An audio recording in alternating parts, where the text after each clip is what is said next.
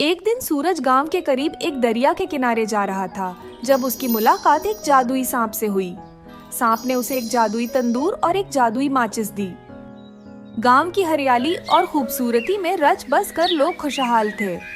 गांव के प्रधान संपत राम और उनका बेटा सूरज हमेशा गांव की फलाह और बहबूद के लिए काम करते थे। एक दिन गांव में बरगद के पेड़ के नीचे संपत राम गांव वालों को खुशखबरी दे रहे थे। मेरे अजीज गांव वालों, ये हमारे लिए खुशी की बात है। इस साल भी हमने बेहतरीन गांव का अवार्ड हासिल किया है। ये अवार्ड ये साबित करता है कि हमारे गांव में तरक्की के साथ साथ अमन और सुकून भी है। ये वाकई खुशी की बात है प्रधान जी। ये अवार्ड आप सबकी मेहनत और यकजहती का नतीजा है। आप सब ऐसे ही मिलजुल कर रहे और गांव को बेहतर बनाएं। हाँ, लेकिन ठंड की शिद्दत बढ़ती जा रही है। सुना है कि इस साल ठंड बहुत ज्यादा होगी। इसका क्या करेंगे? हाँ, ठंड का तो हमें हर साल सामना होता है, लेकिन फिक्र न करें। हर साल की तरह इस साल भी हम कंबल बांटेंगे ताकि गांव वाले ठंड से बच सके। फिर भी इस साल ज्यादा होने के बारे में सुना है। हम कुछ और सोचेंगे जिससे ठंड से बचा जा सके। हम उसका हल तलाश करेंगे, तुम लोग फिक्र मत करो। संपत राम और सूरज ने गांव वालों को कंबल बांटना शुरू किया था और गांव वाले भी कंबल लेकर खुश हुए।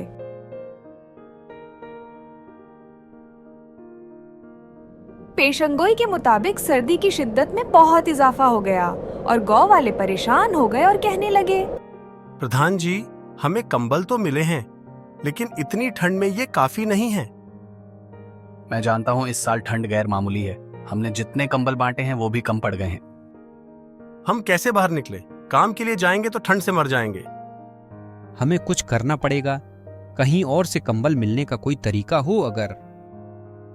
हमें धंजक लाल की दुकान पर जाना पड़ेगा, लेकिन वो बहुत महंगे कंबल बेचता है। हाँ, लेकिन वो इतनी कीमत पर कैसे खरीदेंगे? हम जरूर समाधान निकालेंगे, फिक्र मत करो। हाँ, मुझे कुछ देर सोचने दो कोई हल निकालने के लिए। अगली सुबह गांव वाले धंजक लाल की दुकान पर जमा हुए थे ताकि कंबल खत्म सके, लेकिन उसकी कीमत ज्यादा थी। ये कंबल 5,000 का है, बहुत अच्छी क्वालिटी है। अगर तुम्हें पसंद है तो खरीद लो, नहीं तो जाओ यहाँ से। ये 5,000 का कंबल हम कैसे खरीदेंगे? इतनी कीमत में तो गरीब क्या अमीर भी नहीं खरीदेगा। खरीदने हैं तो खरीदो, नहीं तो चले जाओ यहाँ से। मैं इससे कम में नहीं बेचूंगा। हमें अब अपनी बरादरी की जरूरत है और तुम सिर्फ पैसा कमाने की सोच रहे हो। ये कंबल शहर में 7,000 के हैं, मैं तो फिर भी 5,000 के बेच रहा हूँ। अरे कुछ तो खौफ करो। यहाँ ठंड से हमारी जान जा रही है और तुम अपने बारे में सोच रहे हो। तुम्हें मेरे कारोबार का नियम समझना चाहिए। मैं इससे कम कीमत पर इसे नहीं बेच सकता। और हम उसकी कीमत नहीं अदा कर सकते। हम जा रहे हैं यहाँ से। संपत राम और सूरज घर में बैठे गांव के मसाइल पर गौर कर रहे थे। गांव वालों को ठंड से बचाने के लिए कोई रास्ता तलाशने की कोशिश कर रहे थे। बेटा, जब से मैं प्रधान बना हूं, गांव की हर मुश्किल पर काम किया है, लेकिन ये ठंड का मसला हल नहीं होता। अब्बा, मुझे भी ये समझ नहीं आ रहा कि क्या करें। गांव वालों का दुख सच में दिल में लग रहा है। हमारी मेहनत कभी बर्बाद नहीं होगी, लेकिन इस बार ऐसा लगता है कि कुछ खास करना पड़ेगा। हमें कुछ न कुछ तदबीर करनी होगी, वरना गांव वालों को मजीद तकलीफ होगी। हाँ, हमें गांव वालों के लिए कुछ ना कुछ सोचना पड़ेगा।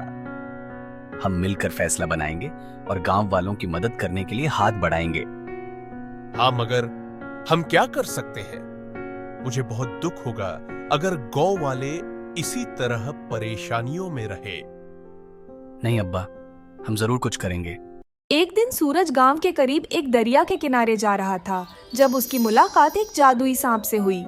सांप ने उसे एक जादुई तंदूर और एक जादुई माचिस दी। ये क्या? एक तंदूर और ये माचिस? हाँ, क्योंकि मैं जानती हूँ कि तुम और तुम्हारा गांव सर्दी की वजह से परेशान है और तुम उसका हल निकलना चाहते हो।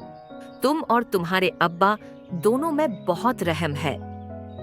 अच्छा, लेकिन ये तंदूर और ये माचिस मेरे लिए कैसे काम आएगी? ये तंदूर तुम्हारा मददगार है। इससे तुम्हारे गांव में गर्मी फैल जाएगी और तुम्हें कंबल की जरूरत भी नहीं पड़ेगी। तो ये तंदूर हमारी मदद करेगा। हाँ, तुम्हें बस इस माचिस को एहतियात से इस्तेमाल करना होगा।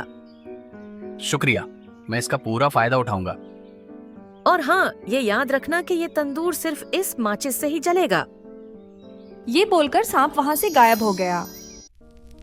सूरज ने जादुई तंदूर को चलाकर गांव में गर्मी का मौसम पैदा किया और गांव वालों में खुशी की लहर दौड़ गई।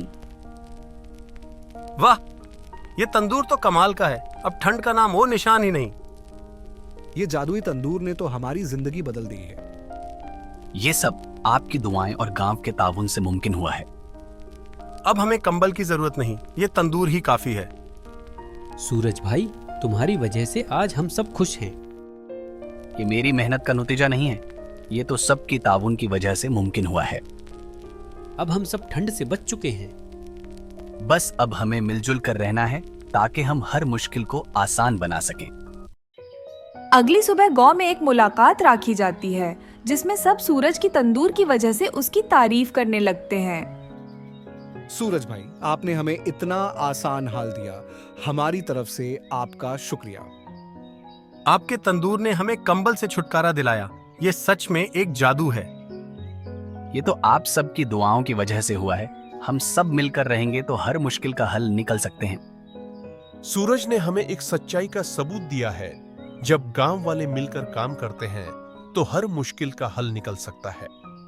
अब हम सबको मिलजुल कर रहना होगा ताकि हमारे गांव में हमेशा खुशहाली रहे।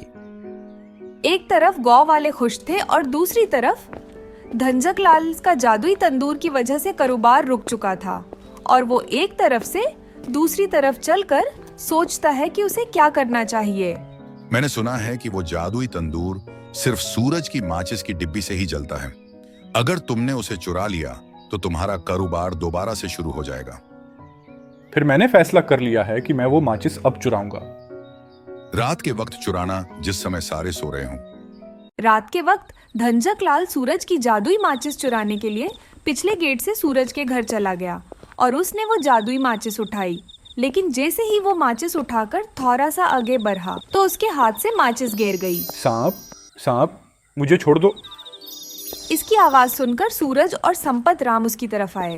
तुम ये माचिस चोरी कर रहे हो। मुझे माफ कर दो, मैंने जो कुछ किया वो गलत था। हम सब इंसान हैं और सबसे बड़ी बात है कि हम सच की तरफ आए। हम सबको एक दूसरे का साथ देना चाहिए, न कि लालच के पीछे भागना चाहिए। मैंने अपना सबक सीखा। अब मुझे अपनी गलतियों का एहसास है। यही सबसे बड़ी बात है। तुम्हें अपनी गलती का एहसास हो गया है। मैंने तुम्हें माफ किया। शुक्रिया मुझे माफ करने का। मैंने अपनी गलती का एतराफ किया है और अब मैं भी आपका साथ दूंगा।